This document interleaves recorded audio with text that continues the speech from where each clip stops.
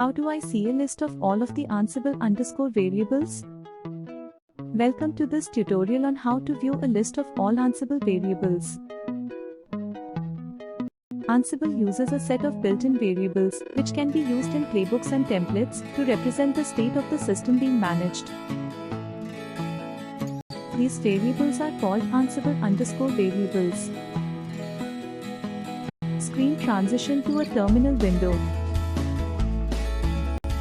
To view a list of all Ansible_variables, open your terminal and enter the following command. Copy code.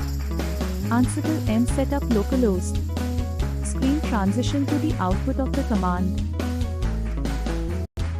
Command will return a JSON-formatted output that contains a list of all available variables, including the Ansible_variables, for the localhost.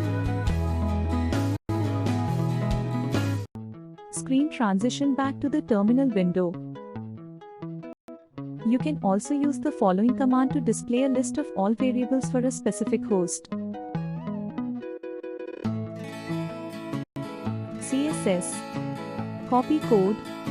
Ansible m debug ava equals hostvars hostname. Replace hostname with the actual hostname of the host you want to retrieve the variables for.